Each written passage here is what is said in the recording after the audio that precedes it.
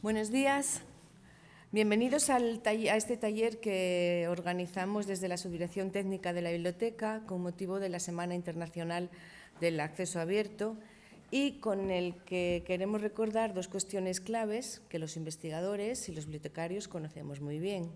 Una cuestión clave es que compartir es imprescindible para el avance científico.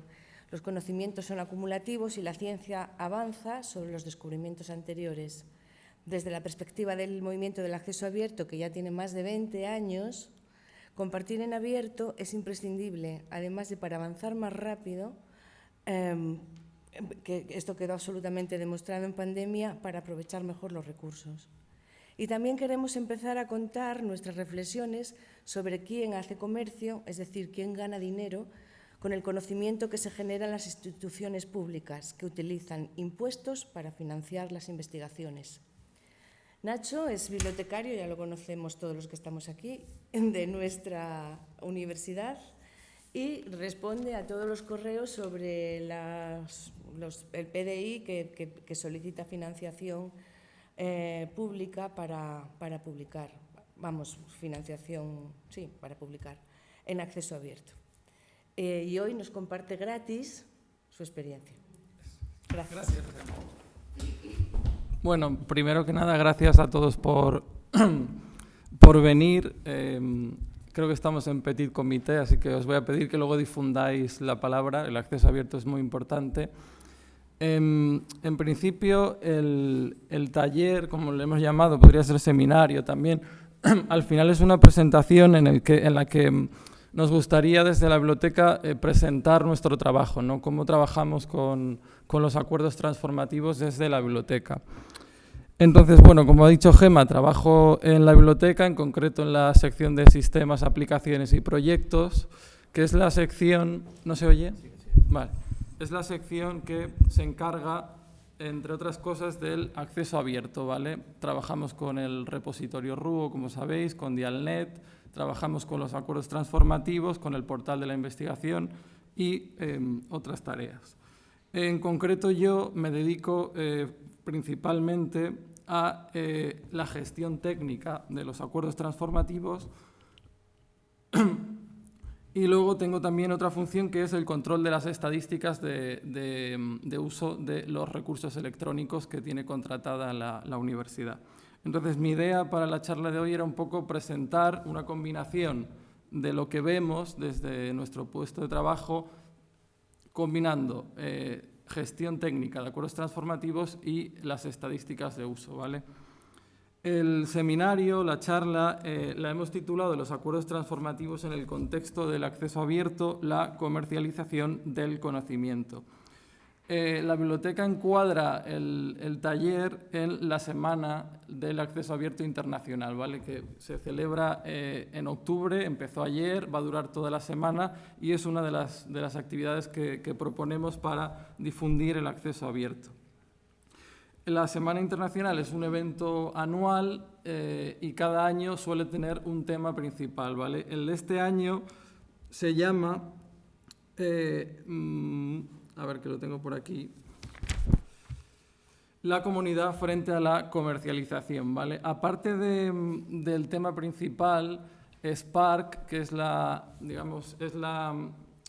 organización que impulsa la semana, en la que participa toda la comunidad bibliotecaria internacional, propone, además del tema, una serie de preguntas que llaman preguntas críticas, ¿vale? Yo quiero he estructurado la presentación en las dos primeras, ¿vale? La primera pregunta que se hace desde la semana del acceso abierto internacional es la siguiente: ¿cuáles son las consecuencias de que un pequeño número de corporaciones controle la producción del conocimiento en lugar de los propios investigadores, ¿vale?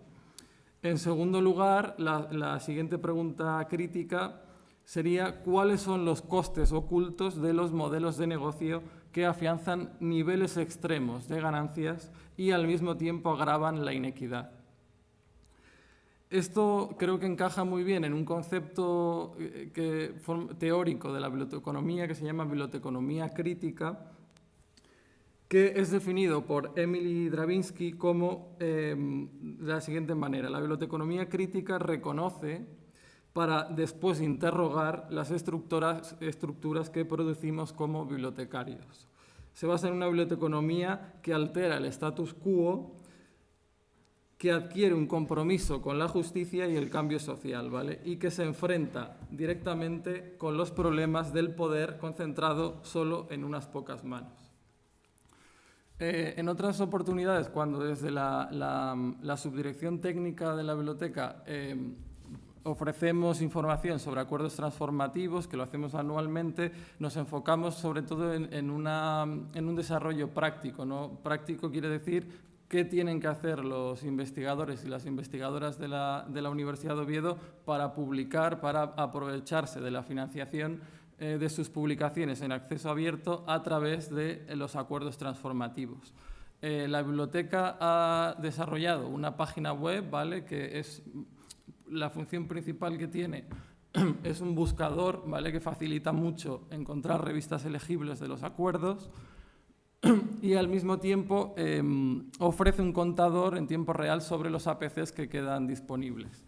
También hemos lanzado un vídeo, ¿vale?, explicando la página web y con motivo también de la Semana del Acceso Abierto va a haber esta semana, creo que es el jueves, si no recuerdo mal, un taller con Springer para que los autores y las autoras puedan comprender cómo utilizar el acuerdo transformativo con ese editor, y luego también desde la sección se va a presentar la colección de recursos en abierto de Educación REA.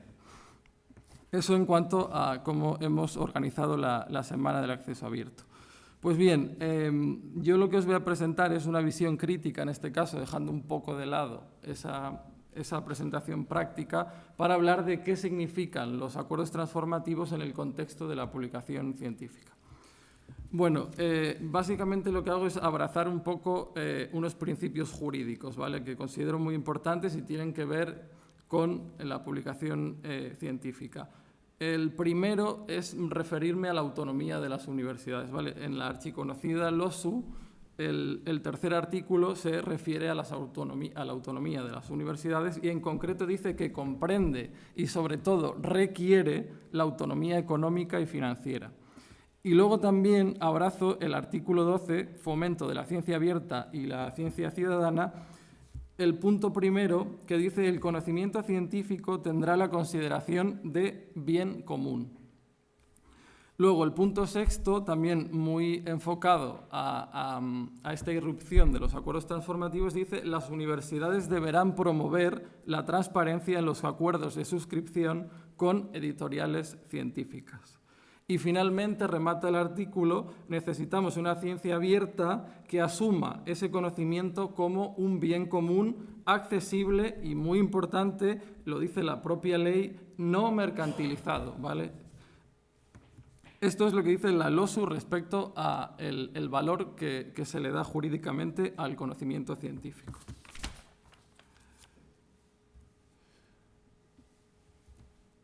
Pues bien, ¿qué es el acceso abierto? Voy a intentar explicar un poco las vías y demás.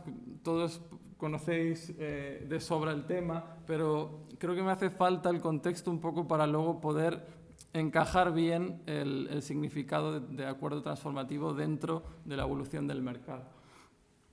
La definición de acceso abierto la podemos extraer de la Declaración de Budapest, ¿vale?, que apareció en el 2002 y define teóricamente el acceso abierto, el movimiento, de la siguiente manera: implica la disposición libre y pública de la literatura científica y académica en Internet, sin barreras financieras, legales o técnicas, de modo que cualquier usuario pueda leer, descargar, copiar, distribuir, imprimir, buscar o enlazar textos completos de los artículos. Y luego, segundo ítem importante, dice: salvo la de otorgar a los autores el control sobre la integridad de su trabajo y el derecho a ser adecuadamente reconocidos. Entonces, tenemos en la definición de Budapest dos cosas clave, ¿no? O sea, al final es publicaciones científicas, toda la literatura científica libre en Internet, sin muro de pago, y por otro lado, Que esté libre, o sea, echar a Internet nuestra investigación científica no significa, por ejemplo, que sea que sea dominio público. Tenemos, y el acceso abierto garantiza el derecho al reconocimiento de nuestra obra y también a la integridad de la misma. ¿Cómo se consigue, vale, el combinar acceso abierto con la ley de propiedad intelectual? En la ley de propiedad intelectual se hablan de dos tipos de derechos. Derechos morales, que son irrenunciables, ¿vale? Y luego los derechos de explotación o patrimoniales. Los derechos morales, básicamente, los que quería aquí recoger, que considero más importantes, primero, exigir el reconocimiento, ¿vale?, de la condición de autor de una obra, y en segundo lugar, exigir el respeto a la integridad de la obra, o sea, que no se atente contra nuestra obra. Nuestra obra puede estar en Internet libre para todo el mundo, pero eso no da derecho a que alguien le haga un atentado contra ella, ¿no?, que la modifique o la altere con fines perjudiciales. Vale, por tanto, luego, dicho esto de los morales, lo que la ley reconoce como propiedad intelectual son los derechos de explotación o los derechos patrimoniales. ¿Cuáles se encuentran ahí? Reproducción, o sea, hacer copias, ¿vale?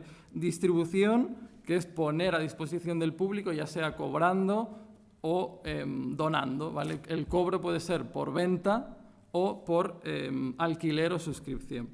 Luego está la comunicación pública y la transformación, o sea, traducciones, ¿vale?, o adaptaciones.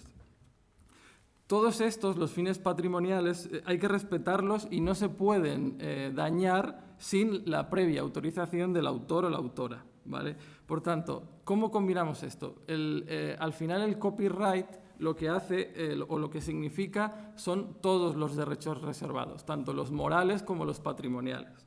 Por lo tanto, si de lo que se trata es de dejar usar, copiar, descargar, transformar, el copyright clásico no funciona, no es un instrumento útil para el movimiento de acceso abierto. Por lo tanto, lo que se ha tenido que desarrollar es un proyecto alternativo y eso es lo que significa Creative Commons, ¿vale? Son licencias de uso que lo que permiten, no se trata de ceder derechos, sino de permitir el uso, ¿vale?, autorizando el uso. Por lo tanto, son licencias que significan algunos derechos reservados, no todos. Fijaos, siempre se respeta, como veis ahí, que las conocéis de sobra, todas tienen el by, ¿no?, todas tienen el reconocimiento, porque ese es un derecho moral que no se puede quitar. Y luego, respetando el reconocimiento, dependiendo de lo que elijamos, se va a poder hacer unas cosas u otras. No tenemos sin fines comerciales, no permitiendo obras derivadas, exigiendo que si nosotros hemos puesto determinada licencia, el siguiente que transforme o saque algo de la nuestra tenga que aplicar esa misma, ¿vale? Bueno, la semana pasada, desde la biblioteca tuvimos que gestionar una repesca, ¿no?, he dicho de manera vulgar, una repesca de artículos que habían sido publicados por autores y autoras de la Universidad de Oviedo, que sin embargo no fueron por el camino de los transformativos. Tuvimos que enviar 15 o 20 correos pidiendo a esos autores si querían transformar sus artículos en cerrado, pasarlos a abierto. Y muchos me llamaron y me decían, justo al final era todo para el Sevier mandaba un enlace y tú tenías que, en determinado momento, en el servicio de autor, tenías que elegir una Creative Commons y el Sevier les daba 3 opciones. Y me llamaron muchos diciéndome que qué elegían ahí, como que en ese punto se detuvieron y no sabían qué proceder. Aquí lo que está claro es que las Creative Commons hay que entenderlas, es una filosofía al final. Dar el copyright, ¿vale?, es muy fácil, o sea, tú firmas un papel al editor y se queda con todos los derechos patrimoniales. Ahora, cuando no se trata de entregar todos los derechos, lo que te pide la Creative Commons es que tienes que pensar, o sea, tienes que tener una ética, digamos, una ética o incluso una estrategia de publicación. Depende de lo que quieras hacer o quieras permitir con un trabajo, elegirás una u otra. Al final, ellos me decían, bueno, como tampoco conocían, por los casos que tuve, no conocían realmente en profundidad Creative Commons, me decían, pues dime tú cuál pongo. al final, pues es eso, hay que pensarlo uno mismo, o sea, ¿qué quieres tú permitir con tu obra? Normalmente el acceso abierto en su fondo tiene lo de que no sea comercial, o sea, que los autores que quieren poner en acceso abierto su investigación no quieren recibir un pago por su investigación. Entonces, podría estar muy bien utilizar la de no comercial, ¿no? La BAI, solo BAI es la más permisiva. Esto es COAP 3, ¿vale? Que es un consorcio para revistas de física en el que participan varios editores con revistas en el campo. Obliga a coger solo la BAI. Cuando un editor obliga a coger una y si es la más restrictiva, esto quiere decir que lo que se pretende sobre todo es la minería de texto y de datos, ¿vale? Eso evidentemente hace avanzar mucho más rápido la investigación, mejora el nivel de producción, la cantidad de producción, entonces, bueno. Y luego tenemos el caso de la más restrictiva, reconocimiento no comercial sin obra derivada, que es tradicionalmente la que suelen aconsejar las bibliotecas universitarias, ¿vale? ¿Por qué se aconseja eso? Bueno, yo creo que es por un principio sobre todo de prudencia, ¿vale? En tanto que se va a soltar a Internet, lo que hacemos o lo que se aconseja es, bueno, pues ponerle ciertos no comercial, respetando un poco la política del acceso abierto y no permitiendo obra derivada, ¿vale? Pero esto, insisto, es una cuestión que cada autor y autora debe decidir respecto a qué quiere hacer o permitir que se haga con su trabajo.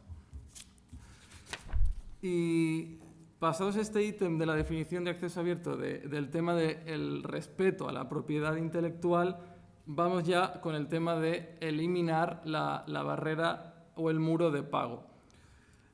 Fijaos, se dice del acceso abierto, se dice que no es posible sin un modelo económico. O sea, poner en acceso abierto una publicación cuesta dinero, ¿vale? Entonces, ¿de dónde sale ese dinero? ¿Cómo se gestiona la publicación? Depende del modelo. Entonces, las típicas vías que ya conocéis, ¿vale? Verde, bronce, diamante, he incluido ahí la negra, que voy a hablar de ella, pero bueno, hay que matizarlo, y finalmente la dorada. Insisto, son modelos económicos para hacer posible el acceso abierto. En primer lugar tenemos la vía verde, ¿vale? La vía del autoarchivo, repositorios institucionales, temáticos o generalistas, bien puede ser RUO, puede ser CENODO, ¿vale? Un proyecto europeo, puede ser Archive, ¿no? Para física, matemáticas, aunque incluye ahora mucho más. Las ventajas del modelo verde está en que el autor o la autora, cuando publica en un repositorio, no tiene que pagar por lo que publica. Ahora, ¿por qué es un modelo económico? Bueno, porque sustentar todo ese trabajo, o sea, curarlo, gestionarlo a nivel técnico y bibliotecario implica dinero. O sea, nosotros cobramos por encargarnos del repositorio. Pues ahí está, es un modelo económico en ese sentido. Para el autor no implica un pago, pero la estructura, poner en abierto a través de los repositorios, implica una inversión muy fuerte. Aquí quería detallar la evolución que ha tenido el artículo 37 de la ciencia abierta en la ley de la ciencia, la tecnología y la innovación. Si recordáis, en el 2011, el artículo 37 decía, ¿vale?, publicar, o sea, el mandato era publicar tan pronto como resulte posible, pero no más tarde de 12 meses, ¿vale? Había ahí como una carencia de temporal que lo que hacía la ley era un poco respetar el copyright que habían puesto las revistas científicas comerciales a la publicación. Es decir, los autores previamente, antes de la publicación, cedieron sus derechos y la editorial no les permite alojarlos de forma simultánea a la publicación en los repositorios. ¿Por qué? Porque lo que quieren es tener un margen para obtener beneficios con la suscripción para la lectura. Esto, en el 2022, cuando se actualizó la ley, cambió. Y ahora la ley lo que dice, ¿vale?, es de forma simultánea. El mandato dice de forma simultánea a la fecha de publicación. Y digo esto porque un pelín más adelante voy a explicar cómo las editoriales aprovechan este mandato para darle una vuelta de tuerca aún más al modelo de negocio. Luego, la vía bronce es una vía que se define básicamente como poner en abierto una publicación, pero sin una licencia explícita, ¿no? O sea, normalmente es contenido que se publica en las páginas del editor y no suelen tener una Creative Commons, suelen tener una alternativa que no es Creative Commons o simplemente no llevan ninguna. ¿Por qué se pone en abierto? ¿Por qué los editores ponen parte de su contenido en abierto? Bueno, en este caso obedece a fines de marketing, no promocionales. A lo mejor le interesa a un editor poner cierta cosa porque puede llamar a más publicación, bueno, en fin. Es una vía sobre todo pensada para la promoción del propio editor. Luego, la vía diamante es la vía que se considera acceso puro, acceso abierto puro.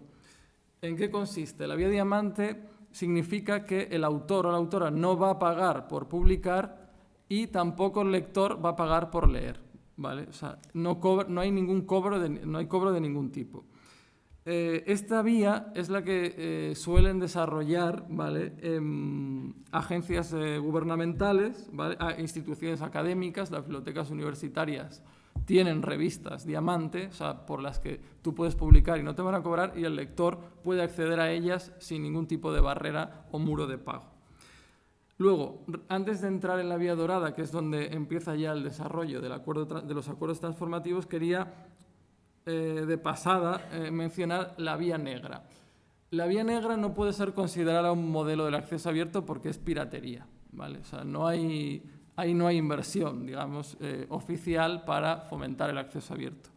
La vía negra consiste en saltarte el copyright y acceder al contenido, pues, de manera ilegal, ¿vale? Fijaos, todos estáis pensando sobre todo en Science Hub, ¿vale? O la librería Z, que es de la misma autora. Y luego también los investigadores se mueven en redes sociales. Tenemos ResearchGate, academia.edu, grupos privados de Facebook, hashtag en Twitter que te llevan a hilos con contenido.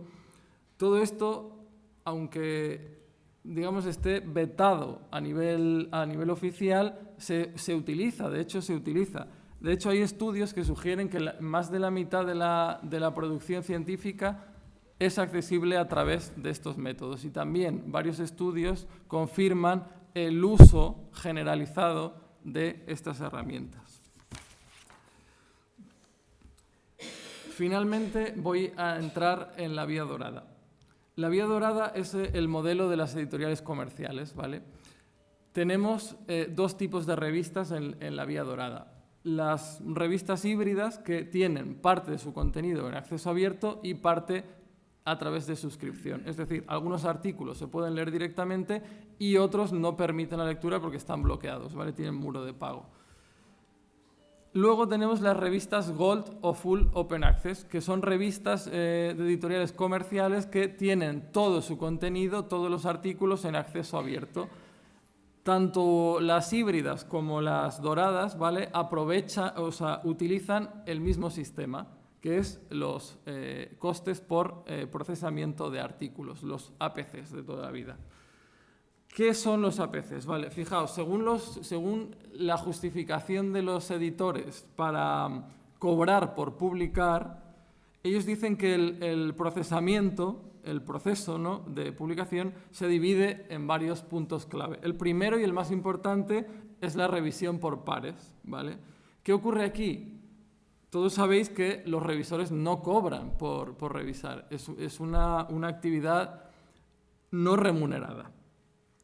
Ahora bien, ¿qué dicen los editores? Dicen, vale, los autores realmente revisan gratis, pero hay un trabajo de coordinación y gestión del proceso de la revisión, que incluye contactar con los revisores, evaluar sus informes, o sea, el evaluador evaluado, y garantizar que el proceso sea justo y riguroso, ¿vale? Ellos consideran eso, que coordinar, llamar a este revisor o a este otro requiere un trabajo y eso implica un coste. En el modelo de Archive, porque lo mencioné antes, se sabe por este modelo, porque es público, que poner en el repositorio Archive un artículo en libre acceso cuesta 20 euros, más o menos. Costes por publicación, 20 euros. El precio medio de APCs para los acuerdos transformativos está fijado más o menos, depende de cada editor, pero en unos 2.500. ACS se va a 3.000 y pico, pero hablamos de unos 2.500 de coste medio. ¿Por qué hay tanta diferencia entre uno y otro, ¿no? ¿De dónde sale ese coste? Bueno, revisión por pares, luego producción editorial, ¿no? La maquetación e introducir imágenes. Cuando tú tienes la versión final, que es la que por ejemplo te pide la ley, para poner en repositorios tienes la publicación sin la maquetación final de la editorial, sin las imágenes. Bueno, eso enriquece el producto y también tiene un coste. También tiene un coste, según el editor, distribuir por marketing y luego lo que es alojarlos en la propia plataforma donde se va a consultar. Science Direct, una gran plataforma de Elsevier, Wiley, Online Library, todas esas plataformas alojan el contenido publicado por el editor y eso cuesta mantenerlo. Luego, preservación a largo plazo, promoción y visibilidad, y luego también se refieren a los derechos del propio autor. Claro, como tú no cedes el derecho, porque cuando tú le cedes el derecho, todo el copyright a un editor, lo que te regala, o sea, lo que te ofrece el editor a cambio es no pagar los APCs. Bueno, pues eso lo incluyen como no cedes tus derechos, te los quedas, bueno, pues eso implica un coste también. Y voy a la fuente del Elsevier, de su página web, para entender finalmente qué es lo que, en cuestiones monetarias, qué es lo que define el precio de una APC. Se habla, por ejemplo, de procesos editoriales y técnicos de la revista, consideraciones competitivas, condiciones de mercado y otras fuentes de ingreso relacionadas con la revista. Y el más importante, dicho por Elsevier, la calidad de la revista. Lo que determina el precio de una APC es la calidad de la revista, ¿vale? Se mide según el nivel de impacto de citas ponderado, que es el FWCI, es un indicador propiedad del Elsevier, y a través de ese indicador lo que hacen es medir las revistas, medir su impacto, y en base al impacto van a ponerle el precio de los APCs para publicar en ellas. Por lo tanto, aquí lo que queda claro es que hay una correlación entre el Journal Impact Factor, ¿no? Entre el factor de impacto de la revista y los APCs, ¿vale? En un informe de Morrison del 2022 se dice que los APCs en los últimos 10 años, ¿vale?, han ido desde los $900 a los 1.700. Esto es un crecimiento del 80%. Muy lejos comparado con el tanto por ciento de inflación real que ha sido del 15%. ¿Cómo se explica este incremento? Bueno, en otro estudio, Borg y Solomon, en el 2015, demostraban que el mercado de los APCs es un mercado inelástico. Inelástico significa que no hay una relación entre la subida de los precios y la demanda del producto. Es decir, en un mercado normal, cuando sube la demanda, el precio tiende a regularse. Bueno, no es el caso de los APCs. O sea, aunque el precio de los APCs ha subido una barbaridad en los últimos tiempos, ha subido también la demanda de publicación en las revistas a través del pago de APCs. Bueno, y finalmente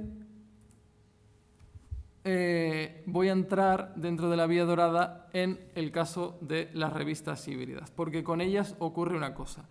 El doble pago o double dipping, que es un modelo de negocio, como hemos dicho que las híbridas cobran por parte de sus artículos, están en abierto y parte en cerrado.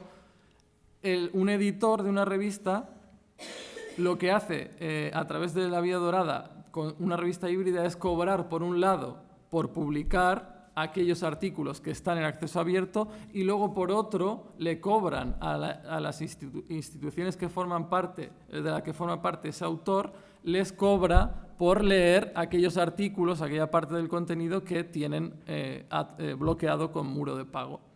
Entonces, aquí lo que se da es un doble pago. Entonces, justo en este punto es donde entran los acuerdos transformativos. Los acuerdos transformativos, en esencia, son un intento por acabar con el doble pago.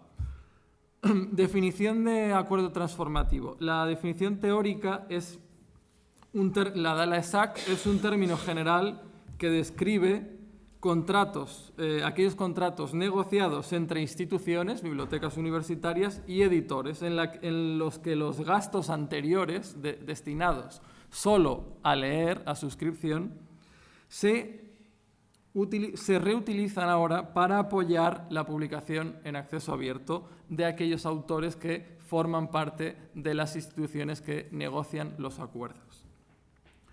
¿Qué se consigue con esta manera? Bueno, ¿o qué se busca? Un paso gradual y definitivo en el que los editores reciben un pago justo por la publicación en acceso abierto. Pero fijaos, aquí os he hecho un pequeño esquema para explicar lo que yo veo de los transformativos, ¿no? Fijaos, arriba del todo, en una revista híbrida, tenemos el doble dipping, ¿no? O sea, pagamos por publicar y pagamos por leer. Con los acuerdos transformativos lo que se busca es acabar con este problema, por lo tanto se corta el pago por el muro de pago, no se corta por leer. ¿Qué pasa? Que el pago realmente se transporta a el momento de la publicación. ¿Es esto acceso abierto real? ¿Se puede considerar los acuerdos transformativos respetuosos hasta el fondo con el acceso abierto? No porque acceso abierto real es la vía diamante, ¿no? Es que no tengas que pagar ni por publicar ni por leer. Entonces yo aquí lo que veo es casi un juego de thriller, ¿no? O sea, al final es como que el editor te esconde el pago, o sea, te lo mueve, o sea, primero está en la lectura, luego está en la publicación. ¿Dónde está el pago? No, bueno, el pago da igual que esté en un punto y en otro, porque el editor lo que se asegura es seguir cobrando lo mismo. Y los acuerdos transformativos tienen también en su definición lo de neutralidad de costes, ¿no? Neutralidad de costes significa que al pasarte al modelo nuevo de acuerdo transformativo, la biblioteca no va a pagar más. De hecho, debería pagar menos. Y ese pago va a ser progresivamente mayor en publicar, no en leer. ¿Qué pasa? Bueno, eso en teoría tiene sentido, pero no lo tiene si tenemos en cuenta lo que he dicho antes de que el problema de los APCs es que no para de crecer. Entonces, si siguen aumentando los precios de publicación, al final lo que se concluye es que el editor sigue cobrando lo mismo. O sea, ni pierde ni gana. O sea, digamos que con los acuerdos transformativos lo que ha hecho el editor es asegurar que el negocio funcione igual que bien de lo que funcionaba antes. Entonces, el acuerdo transformativo lo he pensado yo como un concepto de un economista clásico, se llama Schumpeter, y habla de se me ha ido ahora, pero habla de destrucción creativa. Define que lo que mejor explica el capitalismo es la destrucción creativa. Pues yo creo que aquí, con el acuerdo transformativo, hay un poco de destrucción creativa en el editor, porque presionado, ahogado por el movimiento de acceso abierto, digamos, estaba en caída el negocio, y lo que hacen es pensar algo original que, pese a que el acceso abierto se está desarrollando, mantenemos nuestras vías de negocio. Disculpad.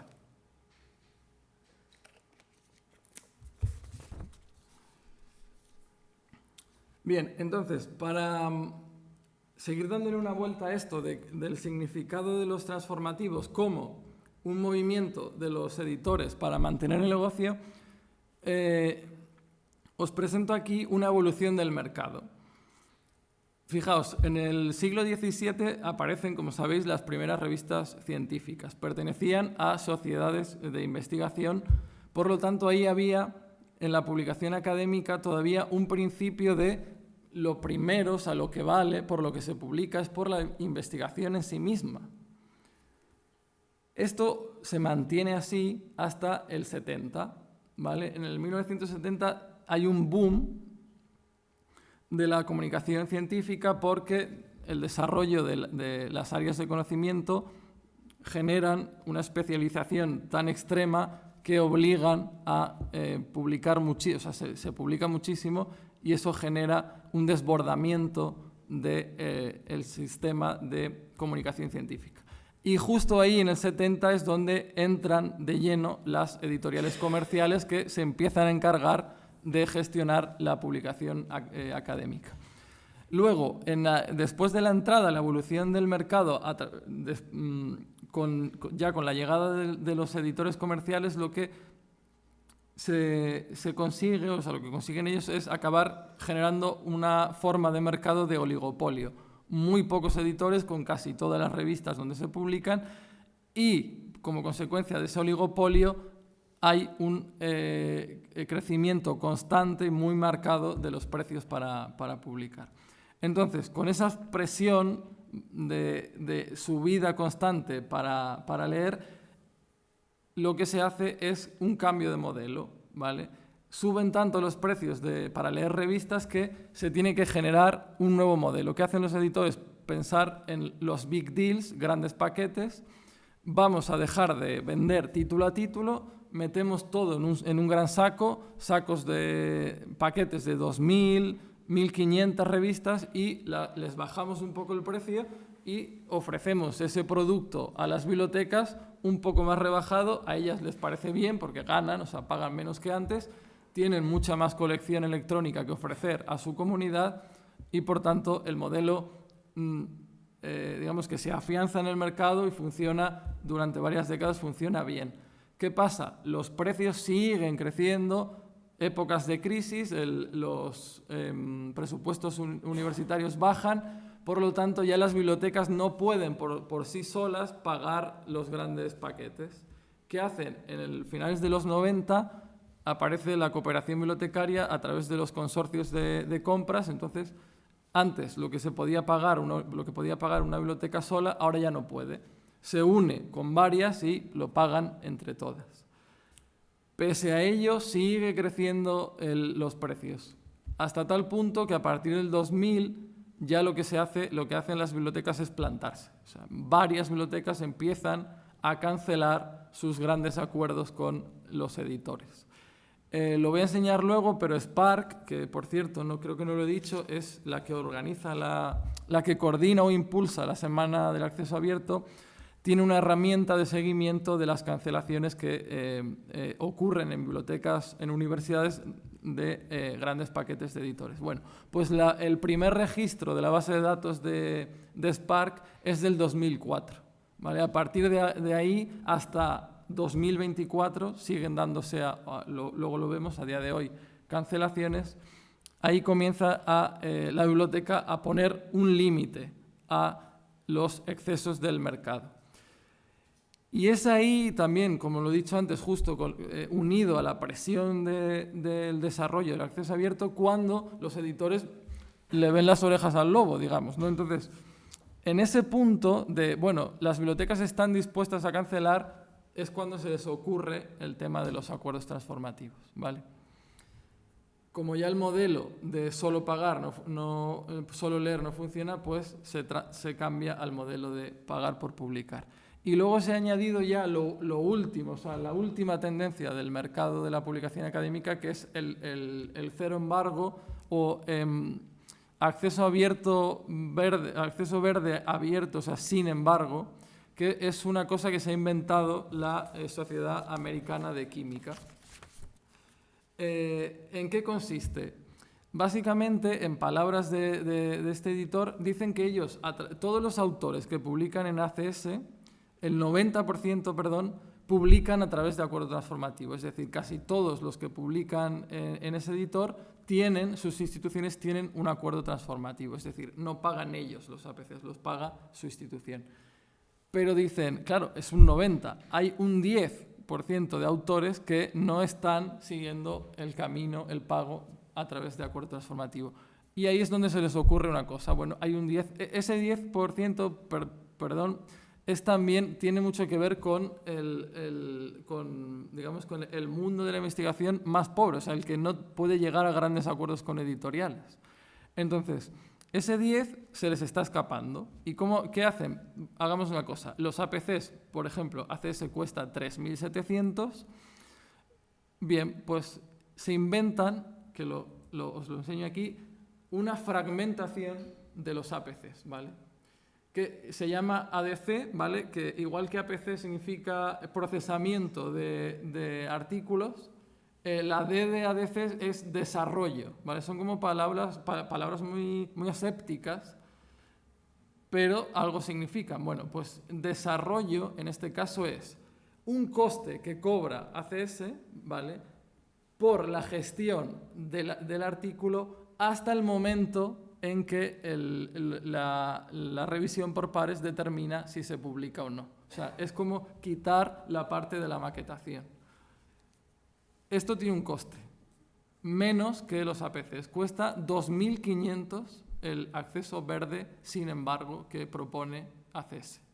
Esto es muy criticado, creo María lo sabrá por el grupo de repositorios de Revium, ha sacado una declaración en contra de esta práctica del editor. Bien, se cobran 2.500, ¿vale? Hay una bajada casi de 1.000 que se explicaría por qué te quitan la parte justo de la maquetación. Pero fijaos una cosa, lo que te pide el editor es pagar en el envío del manuscrito. Por lo tanto, si en la revisión por pares te sale desfavorable, no te devuelven el dinero. O sea que tendrías que pagar esos 2.500, como autor los perderías. Esto, fijaos, entre acuerdos transformativos y embargo cero es como el mundo editorial, de los grandes editoriales del mundo de la comunicación, tienen completamente sujeto el mercado. Bien, y ahora quiero reforzar esta interpretación de los acuerdos transformativos con datos, ¿vale? Fijaos, voy a empezar por datos generales. Para empezar, como sabéis, los acuerdos transformativos están negociados por la CRUE. Esto quiere decir que luego cada biblioteca, cada rector tiene que firmar el contrato según lo que acordó la CRUE, ¿vale? En el 2021 la CRUE llega a un acuerdo con Elsevier, Springer, Wiley y con ACS, ¿vale?, la Americana de Química. Y luego el año pasado se llegó a un acuerdo con otros dos más, ¿vale?, con la RSC, también de Química, y con el Instituto de Ingenieros Electrónicos de Estados Unidos, con IECubo. ¿Qué hay que decir respecto a datos o cosas importantes de los transformativos a nivel CRUE, insisto? Lo primero es que el tema de los APCs comprometidos. Fijaos, el coste total para CRUE, del 24, son plurianuales, van hasta el 24, este año caducan, ya se están negociando una segunda tanda de transformativos que iría del 25 al 28, bueno, aunque se está todavía hablando. Bueno, coste de esos 4 años, 21-24, 160.000 millones de euros le cuesta a CRUE los acuerdos. Luego, ¿cuántos artículos en total CRUE tiene para estos años? Tiene casi 50.000, 47.000. ¿Y qué significa APCs comprometidos? Vale, el pago se hace anualmente a principios de año. Entonces, esto es lo que cuestan a 2.500 euros, los que cuestan estos 50.000 APCs, CRUE los tiene que pagar independientemente de que los utilice o no. O sea, si publica, es verdad que esto está calculado. O sea, CRUE negocia con el editor y estudian niveles de publicación y determinan, bueno, pues toda España publica anualmente, publica en 4 años 50.000. Más o menos se supone que tendría que ajustarse mucho a lo que se ha calculado. Pero no es, como vamos a ver, no es el caso. Entonces, 47.000 APCs comprometidos, ya pagados. Si CRUE no los gasta todos, ese dinero se lo quedan los editores porque el dinero ya lo tienen y no lo devuelven.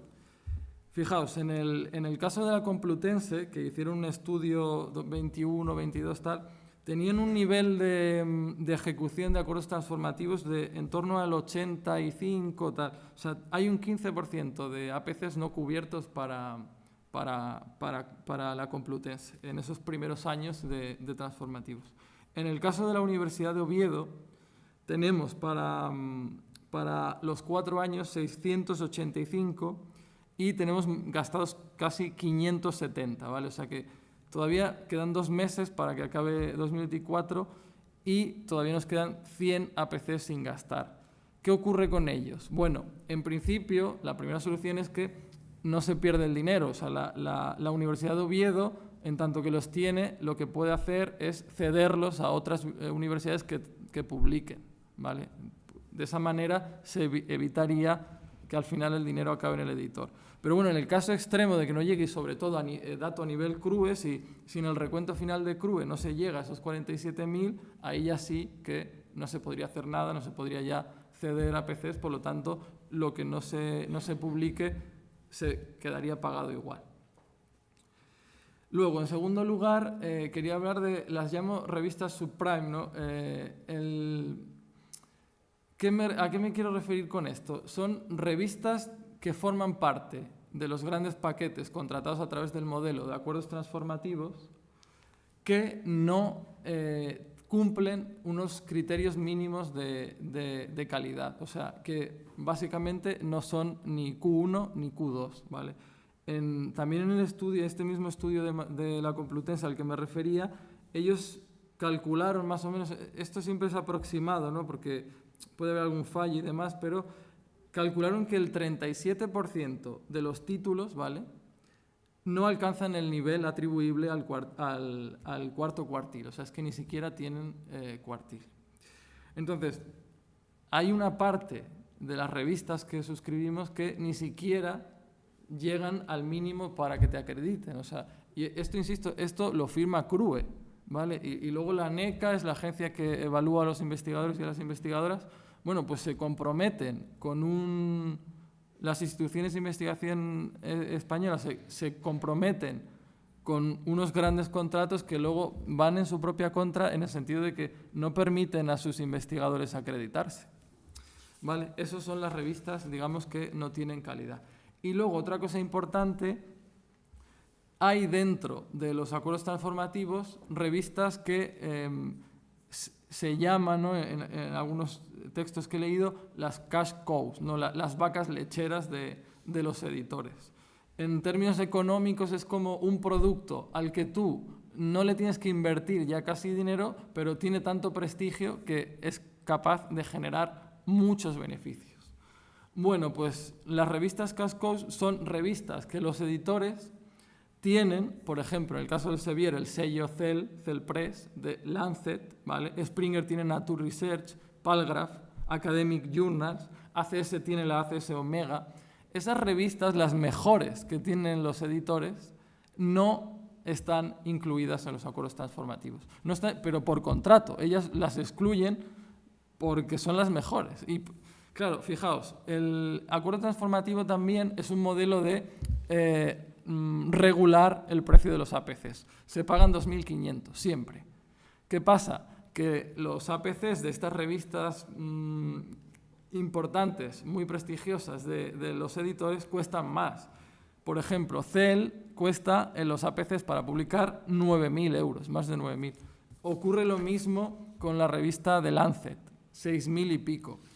Y este problema de las revistas importantes o las más prestigiosas que no ponen los editores en los transformativos va más allá, porque también llevan a cabo una práctica empresarial que significa que consiste en duplicar, clonar revistas. O sea, ellos tienen, por ejemplo, Cell, que tiene mucho prestigio, pues de esa revista madre sacan muchas hijas, ¿vale? ¿En qué consiste la práctica? Ponerle el nombre de la madre y otras cosas, ¿no? Por ejemplo, Cell tiene Cancer Cell, Development Cell, Cell Reports. Bueno, son revistas que en el paraguas del prestigio de la revista madre se aprovechan para generar más beneficio. ¿Cuánto cuesta los APCs de estas revistas clonadas de un gran título de un editor? Un pelín menos que la propia revista madre, pero muy caras también. Por ejemplo, todas las hijas de CEL, si la CEL he dicho 9.000, pues todas las hijas cuestan en torno a 8.000, 6.000, van bajando 7.000. Y hablamos aquí de 55 revistas, ¿vale? El sello CEL Press tiene 55. Por tanto, no es que con lo que pone, por ejemplo, nuestra biblioguía de CEL Press no está excluida del acuerdo, significa que no podemos nuestros investigadores no pueden publicar en 55 revistas, ¿vale? Revistas que cuestan sus APCs más de la media que está calculada, regulada para los transformativos, que son 2.500. Por tanto, esto es importante y lo quería señalar porque si se le llega a plantear, por ejemplo, si le dice a un editor que el modelo no funciona para la biblioteca, te dicen que te irías, si te vas del transformativo, te responden, no, entonces te irías al mercado libre de los APCs. O sea, con el acuerdo transformativo pagas 2.500, o sea, si te vas fuera, mercado libre, o sea, pagarás lo que el mercado determine. ¿Qué pasa? Que es que eso es una trampa, porque en verdad, si todas las de CEL, por ejemplo, estuvieran incluidas, o sea, si el Sevier nos cobrase 2.500 por una PC que cuesta 7.000, entonces les podríamos creer, pero cuando excluyen las que más cuestan, entonces en verdad se demuestra que el modelo tiene esa finalidad completamente comercial. Bueno, he explicado lo de Lancet.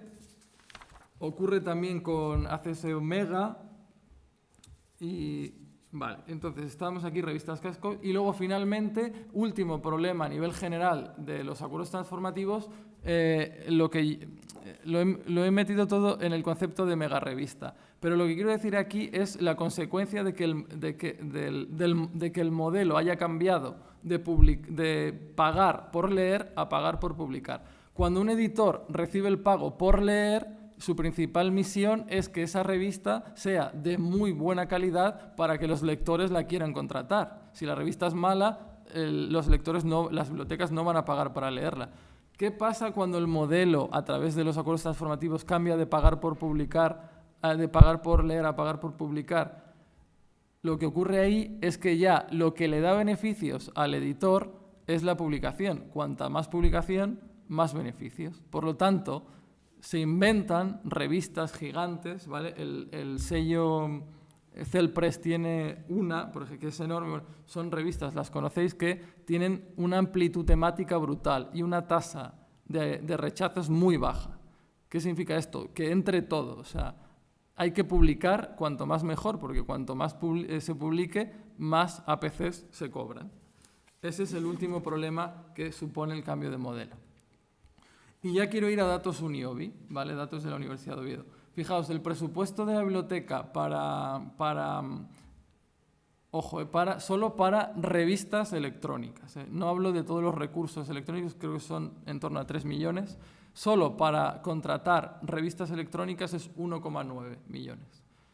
Fijaos, el paquete de Science Direct cuesta 700.000 euros, ¿vale? Os he puesto ahí 5 que están por encima de los 100.000. Aquí habría que descontar, como es un modelo combinado, no todo lo que veis ahí es por leer, o sea, ahí hay parte por publicar. Pero aunque el modelo sea así, o sea, aunque parte de ese dinero se pague por publicar, para la biblioteca supone un problema, porque en verdad, pese al modelo combinado, estos contratos siguen estando en la misma parte del presupuesto, o sea, por tanto, eso no es real, los 700.000 en inversión en leer Science Direct no es real porque parte, más o menos el 60% sería por publicar, pero aunque ese dinero de la publicación, que ahora está financiando la biblioteca, sale supuestamente de una parte del presupuesto que está pensada para contratar revistas para leer.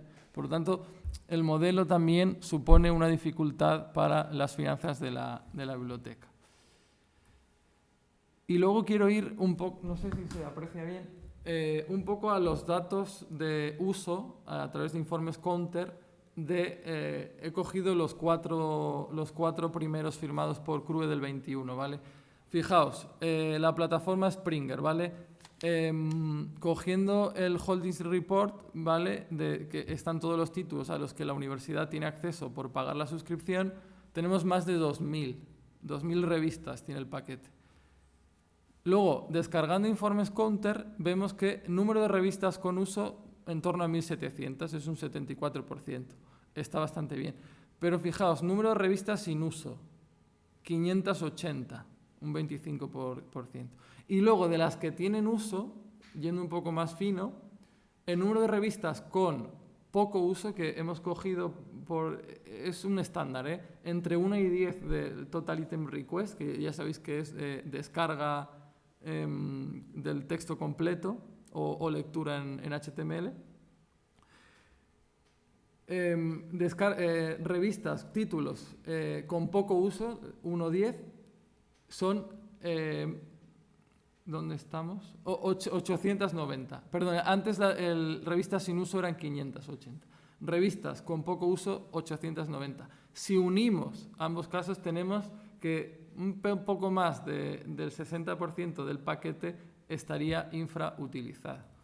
Ocurre lo mismo con Wiley Online. De hecho, el caso de Wiley es un pelín más preocupante porque bueno, el tanto por ciento de no uso y poco uso es bastante elevado.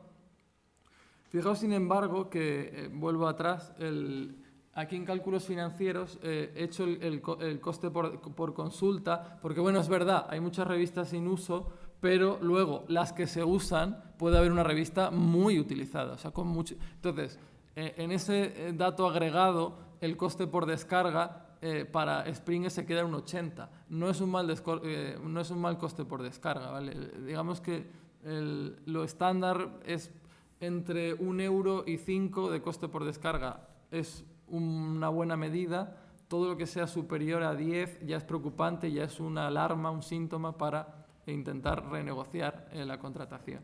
Bueno, pues Wiley, un pelín alto el uso y fijaos, el coste por descarga se va a 5,80, ¿vale? Es un pelín alto. ACS, este es un paquete bastante más pequeño que los otros, son 90 y pocas revistas, con uso más del 80, sin uso casi el 20 y con poco uso casi un 10, ¿vale? En total, revistas y tanto por ciento de revistas infrautilizadas, un 26. Aquí el coste por consulta es muy bajo, fijaos, 0,60. ¿Vale? Lo que se usa mucho. Entonces, a lo mejor no es el modelo al final tiene sus cosas buenas, ¿vale? Porque te abaratan bastante al ser un gran paquete, pero tiene esos pequeños detalles de, bueno, es que hay parte de la inversión que se va en revistas que no se utilizan. Si se pudiese optimizar eso, pues sería extraordinario para la biblioteca. Y fijaos, luego acabo con ScienceDirect porque luego voy a incluso poner un poco más la lupa. Total de revistas del paquete son más de 2.000, ¿vale? Fijaos, con uso 1.900, perdón, casi un 80, sin uso 470, es casi un 19% del paquete, y con poco uso, pues otro 20%. Si sumamos, el paquete tiene un 40% de títulos infrautilizados. Aquí el coste por descarga vuelve a ser bajo, 1,25, pero tenemos revistas que no se están utilizando. Y a eso quería ir un poco más en detalle, solo mencionar algunas, ¿no? Porque, claro, esas revistas que no tienen uso tienen un precio, ¿vale? O sea, dentro del paquete normalmente el editor no te lo desglosa en el contrato, pero bueno, tienen puestos unos precios públicos para suscripción de bibliotecas, habría que ajustarlo, porque desde luego cogerlo con Big Deals es más barato, pero tenemos revistas, por ejemplo, de 1.800, 1.900, que pagado por fuera, no a través de... sería un poco menos, revistas de 1.000 euros que no tienen ninguna consulta. Y ocurre lo mismo para revistas con poco uso. Entonces, toda esa inversión, ese dinero que se paga de 710.000 del paquete, es inversión que no está siendo utilizada. Bien, y finalmente, ¿qué podemos hacer, ¿no? Vistos estos problemas, ¿qué podemos hacer? Bueno, hay dos cosas importantes. El cambio de sistema de la evaluación de la investigación. Esto ya se está haciendo, ¿no? Conocéis de sobra los manifiestos y las declaraciones. COARA, DORA, Manifiesto Leiden, ANECA. En el 2021 creo que en una noticia de ANECA al día leí que la directora explicaba por qué se habían adherido a DORA y no habían firmado el manifiesto Leiden. Y era básicamente porque les parecía el manifiesto Leiden quizás demasiado radical y ellos entendían que el tránsito debía ser suave, digamos, ¿no? Entonces ya luego, el año pasado, el 2023, cuando sale Coara, ahí ya ANECA se adhiere completamente. ¿Y qué pasa? La adhesión a Coara implica... Coara al final es como... aglutina DORA y Leiden, ¿no? Es como un poco unir los principios de uno y otro. Fijaos, DORA decía que, sobre todo, que había una necesidad de eliminar métricas basadas en revistas, o sea, quitar el factor de impacto de revista y pasar a métricas a nivel de artículo. Luego, Leiden lo que decía era que en lugar de que la evaluación cuantitativa sea lo principal, la cuantitativa debía apoyar la evaluación cualitativa. Pero bueno, el tema del cambio de evaluación de la investigación es un tema aparte y no voy a entrar en ello. Yo quiero seguir, por el tema del mercado, el segundo punto importante de qué se puede hacer, que es el abandonar el modelo de negocio basado en APCs. Fijaos, en el año pasado, también en 2023, la coalición S, GISC y PLOS anunciaron el nacimiento de un grupo multiparte, ¿vale?, en el que va a haber editores, bibliotecas y financiadores para buscar modelos alternativos a los APCs. En la explicación de cómo se anuncia el grupo y demás, la tarea fundamental, la misión que tienen es cargarse el modelo de APCs, ¿vale? ¿Qué pasa? Esto yo creo que la coalición S es la que impulsó también el Plan S, ¿vale?, que está detrás, es el fondo de los acuerdos transformativos. El Plan S lo que buscaba, se publicó en el 2018 y se habían puesto como objetivo que en el 2020, luego le sumaron un año porque la cosa no iba bien, que todas las publicaciones financiadas con dinero público estuvieran en acceso abierto. Para eso, ¿cuál era el mecanismo a utilizar? Transicionar las revistas híbridas a revistas Gold, o sea, que para evitar el doble pago, que todas las híbridas se convirtieran en revistas Gold. En un estudio de la propia coalición, dijeron, o sea, hicieron los cálculos y de todas las revistas, que eran 2000 y pico, que se habían postulado para cambiar, para pasarse a Gold, solo habían cumplido la promesa en torno al 40%. O sea que el modelo de acuerdo transformativo reconocido por la propia coalición S es un modelo que ha fallado. Por lo tanto, ahora, en este último año, presentan un grupo que va a intentar acabar con el modelo de APCs. Y mientras cambia la evaluación de la investigación, mientras se encuentra un modelo alternativo al pago por APCs, ¿qué se puede hacer desde la biblioteca? Pues fijaos, Spark, esta herramienta que os dije de cancelaciones, ¿vale?, tiene una base de datos en la que se listan grandes universidades que han cancelado sus grandes acuerdos. Yo solo he cogido los del Sevier, o sea, Science Direct, ¿vale?, y os traigo ejemplos. Por ejemplo, en el año pasado, la Universidad Estatal de Oregón, son todos estadounidenses, ¿vale?, la Universidad Estatal de Oregón canceló su acuerdo transformativo, su acuerdo de Big Deal con el Sevier. Es una universidad pública, está entre las 500 dentro del ranking de Shanghái y tienen WOS indexadas el 2023 2.800 artículos, ¿vale? La Universidad de Oviedo, ranking de Shanghái, 900 y en WOS el año pasado indexadas 2.000 publicaciones. Esto es para que veáis un poco que no cancela cualquier universidad, no es una universidad privada pequeña. Hablamos de grandes universidades públicas con productoras de conocimiento, o sea, universidades de investigación que se atreven a cancelar su gran paquete y su comunidad investigadora sigue pudiendo investigar. Universidad de Oregón, la anterior era Estatal de Oregón, luego Universidad de Oregón también canceló su gran paquete. Recordad que eran más de 2.000 revistas Science Direct, ¿no? Pues al final se quedan solo con 189, solo las más utilizadas, ¿vale? Y os digo, 2.800 artículos, o sea, sus investigadores siguen publicando. Universidad Bucknell, lo mismo.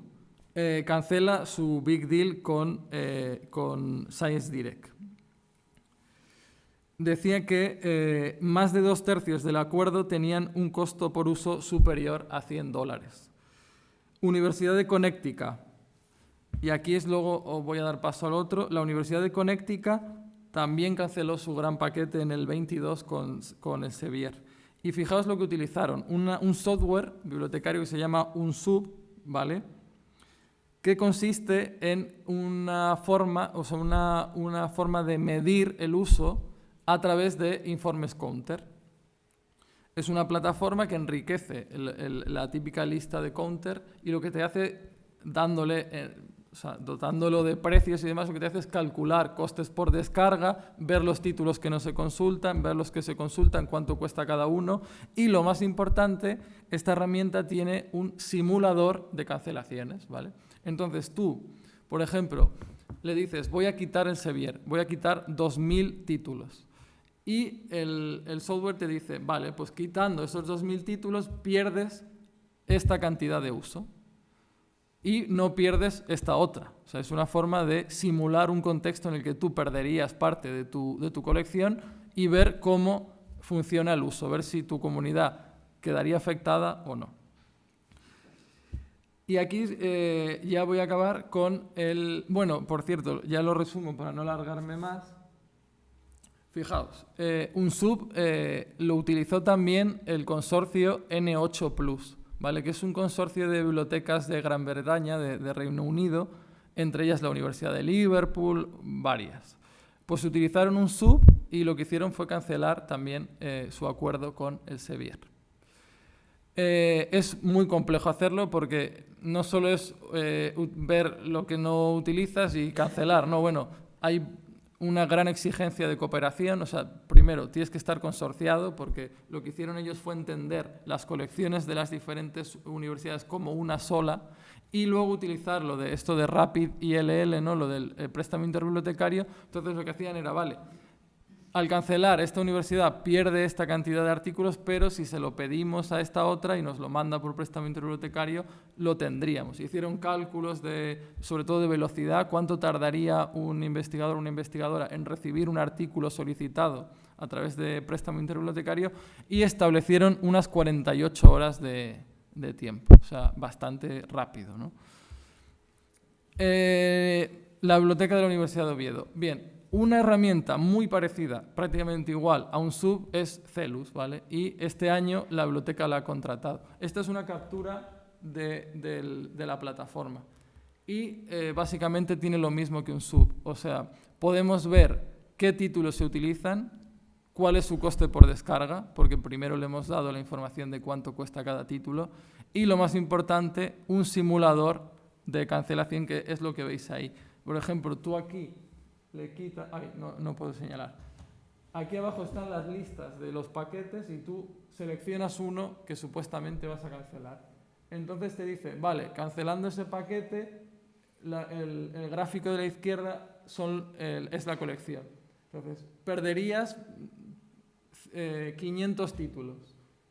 Y eso baja, ¿no? En total de revistas, tal, pues bajará el tanto por ciento que sea.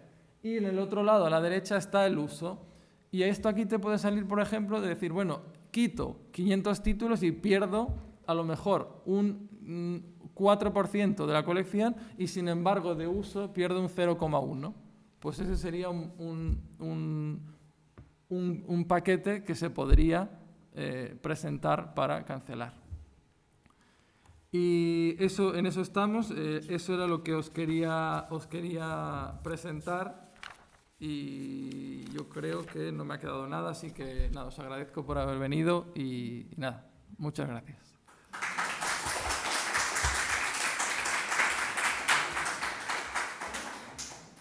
Eso, si tenéis alguna pregunta o... Recordad que eventos de la Semana del Acceso Abierto de la Biblioteca va a salir la colección de REA en el repositorio, hay un vídeo promocional de la página web y hay un taller de Springer para explicar cómo pueden utilizarlo los autores, ¿vale? Y otro de IEcubo. Y tenemos también uno de IEcubo. Gracias, Gem. Así que nada, gracias.